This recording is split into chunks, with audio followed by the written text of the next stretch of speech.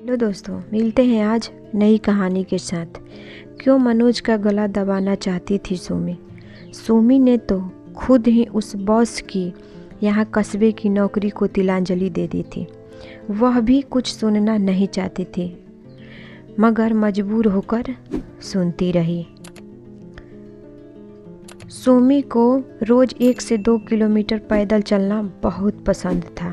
वह आज भी बस न लेकर दफ्तर के बाद अपने ही अंदाज में मज़े मज़े चहलकदमी करते हुए तो कभी ज़रा सा तेज़ चलती हुई दफ्तर से लौट रही थी कि सामने से मनोज को देखकर एकदम चौंक पड़ी।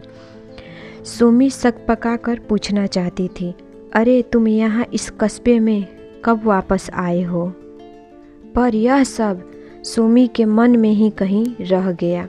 उससे पहले मनोज ने जोश में आकर उसके हाथ पकड़ा और फिर तुरंत खुद ही अपने हाथ छोड़ दिया। मनोज की छुअन पाकर सुमी के बदन में जैसे कोई जादू सा छा गया हो। सुमी को लगा कि उसके दिल में जरा सी झंझनाहट हुई है और गुदगुदी भी मची है।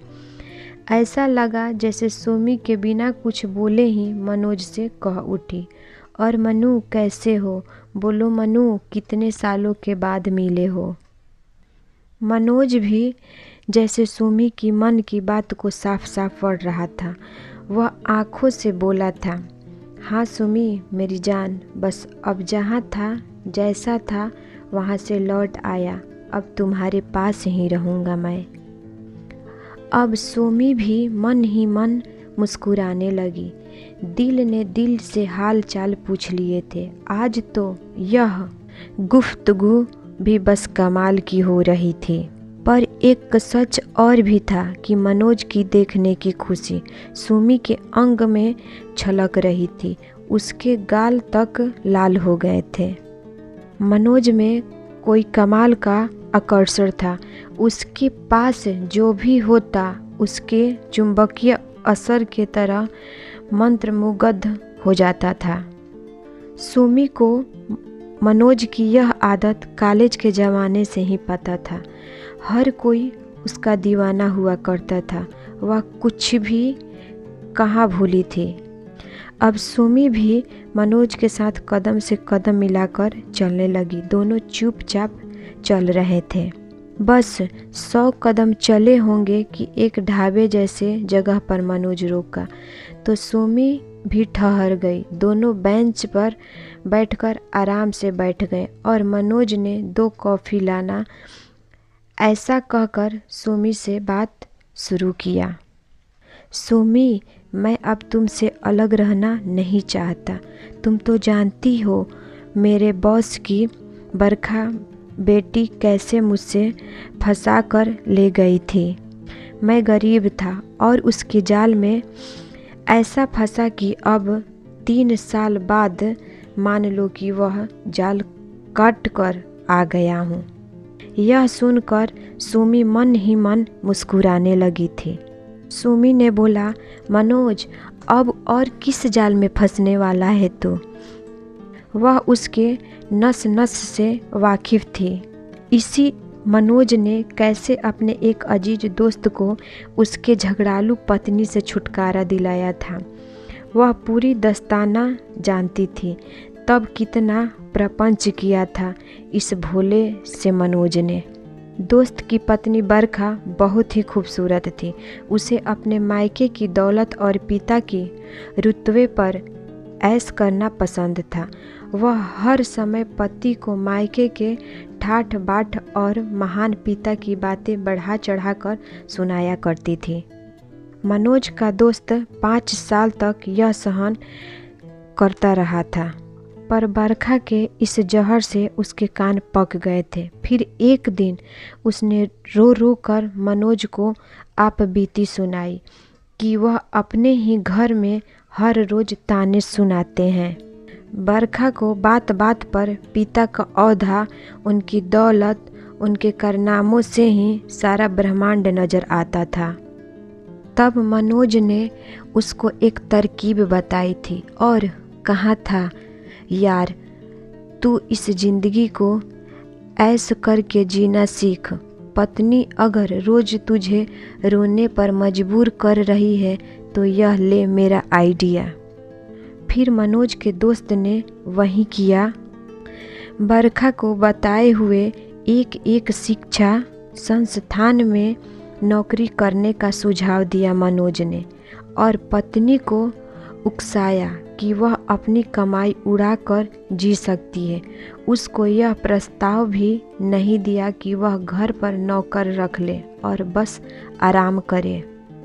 दोस्त की मनमौजी पत्नी बरखा यही चाहती थी। वह मगन होकर घर की चार दीवारी से बाहर क्या निकली कि उसकी मस्ती डूब ही गई। वह दुष्ट अपने पिता को ताने देना ही भूल गई। अब मनोज की साजिश 1 महीने में ही काम कर गई। उस संस्थान का डायरेक्टर 1 नंबर का चालू था। बरखा जैसी को उसने आसानी से फंसाया और बस में 4 महीने लगे और मनोज की करमात काम कर गई। दोस्त ने अपने पत्नी को उसके बॉस के साथ पकड़ लिया और उसके पिता को वीडियो बनाकर भेज दिया। कहा तो दोस्त की पत्नी से 3 साल अपने अमीर पिता के किस्सों के ताने सुनने पड़े, और कहा अब वह बदनामी नहीं रोकने के नाम पर उनके लाखों रुपए महीना ले रहा था। ऐसा था यह धमाली मनोज। सुमी मन ही मन यह अतीत याद करके अपने होठ काटने लगी। उस समय वह मनोज के साथ ही नौकरी कर रही थी। हर घटना उसको पता था। ऐसा महाती कर्मी मनोज किसी की चतुराई का शिकार बनेगा, सुमी मान नहीं पा रही थी। मगर मनोज कहता रहा, सुमी पता है मुंबई में ऐश की ज़िंदगी के नाम पर बॉस ने नई कंपनी में मुझे रखा ज़रूर, मगर वे बाप बेटी तो मुझे नौकर समझने लगे थे। सुमी ने तो खुद ही उस बॉस के यहाँ कस्बे की नौकरी को तिलांजलि दे दी थी। वह यूँ भी कुछ कहना सुनना नहीं चाहती थी, मगर मजबूर होकर सुनती रही। मनोज बोलता रहा, सुमी जानती हो मुझसे शादी तो कर ली, पद भी दिया, मगर मेरा हाथ हमेशा खाली ही रहता था। पर्स बेचारा शर्माता रहता था। खाना पकाने बर्तन मांजने वाले नौकर पास भी मुझसे ज़्यादा रुपया होता था। मुझे न ही कोई हक मिला और न ही कोई इज्जत। मेरे नाम पर करोड़ों रुपया जमा करा दिया, एक कंपनी खोल दी, पर मैं ठन ठन गोपाल। फिर तो एक दिन इनकी दुश्मन कंपनी को इनके राज बताकर 1 करोड़ रुपया इनाम में लिया और यहाँ आ गया, पर वे तुम खोज ही लेंगे। सुमी ने चिंता जाहिर की। यह सुनकर मनोज ने हंसने लगा। सुमी, दोनों बाप बेटी लंदन भाग गए हैं। उनका धंधा खत्म हो गया है, अरबों रुपए का कर्ज है उन पर। अब तो वे मुझको नहीं, पुलिस उनको खोज रही है। शायद तुमने अखबार नहीं पढ़ा। मनोज ने ऐसा कहा तो सुमी हक्की बक्की रह गई। उसके बाद तो मनोज ने उसको उन बाप बेटी के जोर जुलाम की ऐसी ऐसी कहानियाँ सुनाई कि सुमी को मनोज पर दया आ गई।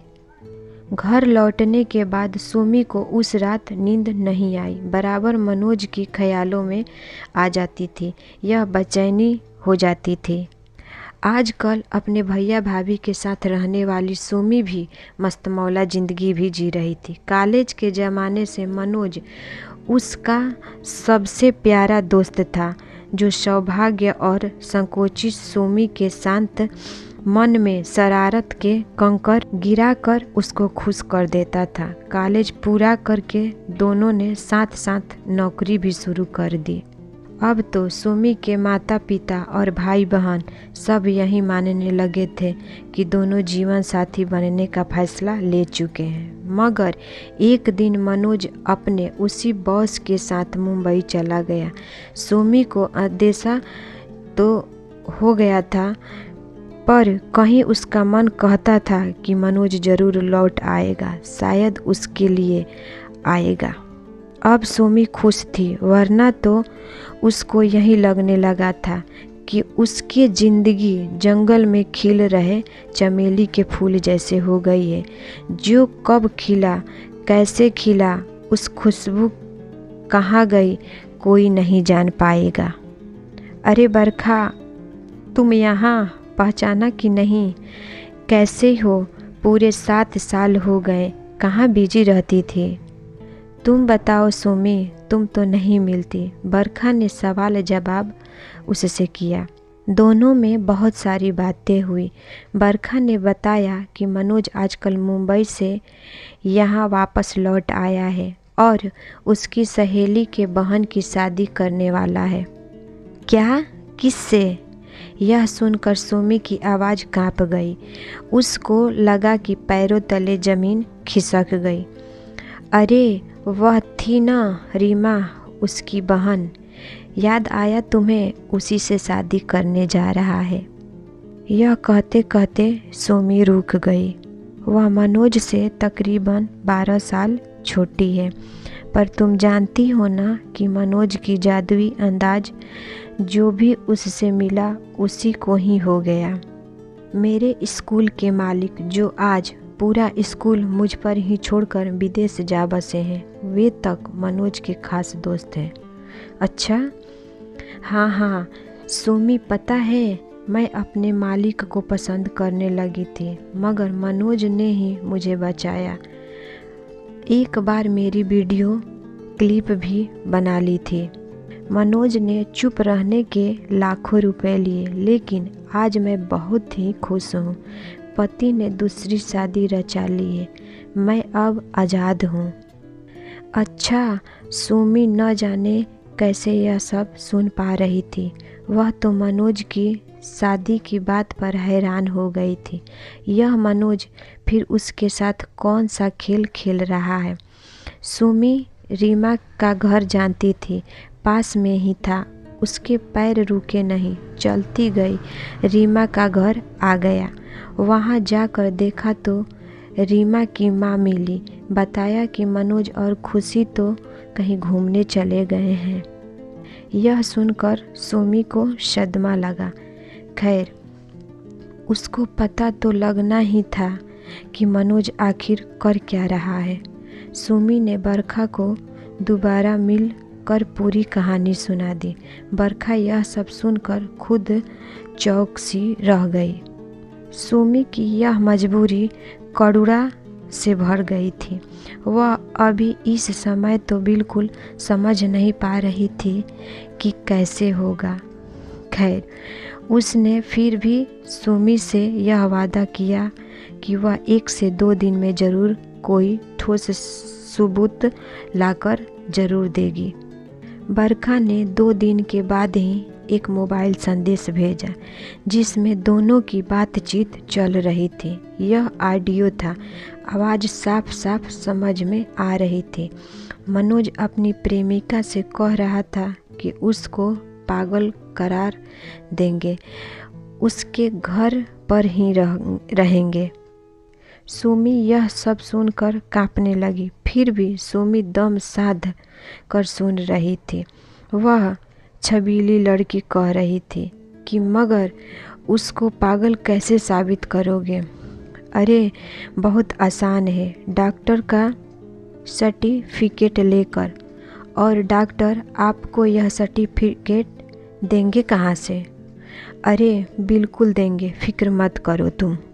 महिला और वह भी 33 साल की। सोचो है, ये आसान नहीं है उसको उल्लू बनाना, बात बात पर चिड़चिड़ापन पैदा करना। कोई मुहिम तो नहीं है ना, बस जरा माहौल बनाना पड़ेगा, बराबर डॉक्टर को दिखाना पड़ेगा। कुछ ऐसा करूँगा कि 2 से 4 पड़ोसियों के सामने शोर मचा देगी या बर्तन तोड़ेगी। पागलपन के लक्षण यही तो होते हैं।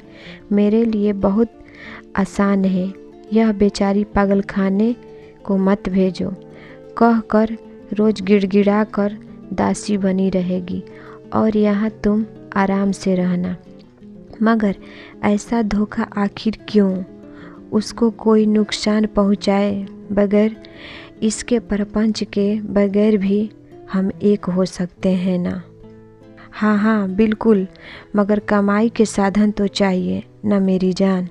उसके नाम पर मकान और दुकान है, यह मान लो कि 2 से 3 करोड़ का इंतजाम है। सुमी ने खुद ही बताया है कि शादी करते ही यह सब और गहने उसके नाम पर हो जाएंगे। अब सोचो, यह इतनी आसानी से आज के ज़माने में कहाँ मिल पाता है। यह देखो, उसकी 4 दिन पहले की तस्वीर कितनी जिद्दी और भद्दी थी। अब सुमी तो बूढ़ी हो रही थी, उसको सहारा चाहिए। माता पिता चल बसे हैं, भाभी की अभी गृहस्थी भी नहीं है। मैं ही तो हूँ उसकी दौलत का सच्चा रखवाला और उसके भरोसेमंद हमदर्द। मैं नहीं करूँगा तो वह कहीं और चली जाएगी, किसी न किसी के खोजेगी। मैं तो उसको तब से जानता हूँ जब वह 17 साल की थी। सोचो, किसी और को पति बना लेती तो मैं ही कौन सा खराब हूँ। रिकॉर्डिंग पूरी हो गई थी। सुमी को बहुत दुख हुआ, पर वह इतनी भी कमज़ोर नहीं थी कि फुट फुट कर रोने लगती। सुमी का मन हुआ कि वह मनोज का गला दबा दे, उसको पत्थर मारकर घायल कर दे। लेकिन कुछ पल बाद ही सुमी ने सोचा कि वह तो पहले से ही ऐसा था। अच्छा हुआ पहले ही पता लग गया। कुछ देर में ही सुमी सामान्य हो गई। वह जानती थी कि उसको आगे क्या करना है। मनोज का नाम मिटाकर अपना हौसला समेट कर के एक स्वाभिमान जिद का मज़ा उठाना है। अगर यह कहानी मेरी आपको अच्छी लगी हो तो लाइक करें, सब्सक्राइब करें।